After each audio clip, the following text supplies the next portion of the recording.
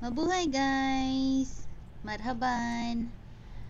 So for today's video, gagawa naman tayo ng challenge na eyeshadow using Q-tips or cotton buds. Okay? So let's go on the process and I hope you enjoy watching.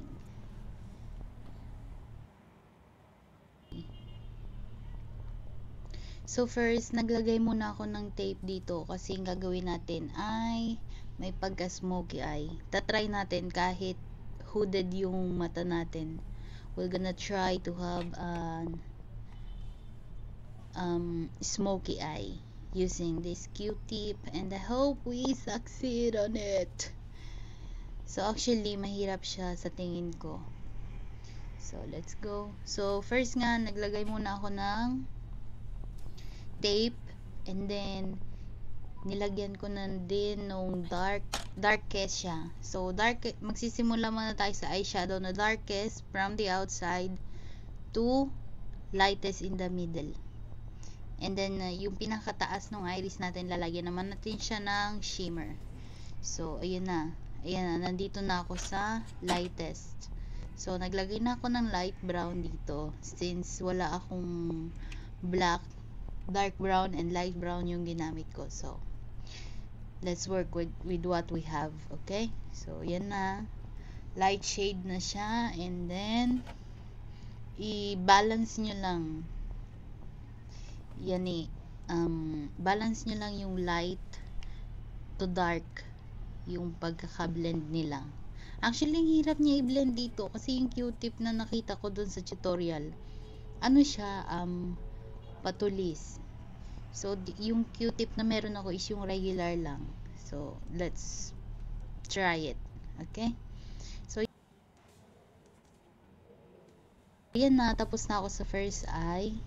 Naglagay na ako ng shimmer sa bandang gitna lang para pakak yung gitna. And pag naglalagay naman usually sa gitna yan, sa may tapat nung iris, nung black or brown, yung bilog sa gitna ng mata nyo. Ayan. Then yan na. And maglagay lang tayo ng konting eyeliner sa dulo and ready to go na tayo with mascara.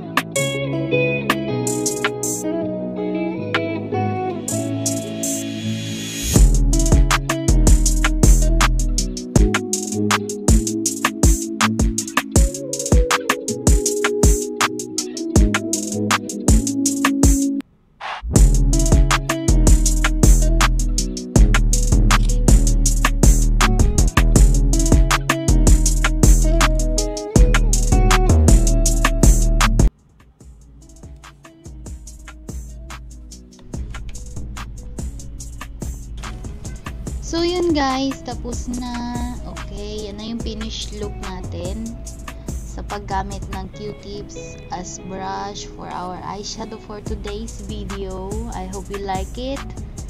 And all I can say is mahirap siya, pero kaya naman kung gusto mo lang talagang pahirapan yung sarili mo. If you want to make it hard for yourself, why not? So thank you guys for watching. I'll see you on the next video. Bye bye.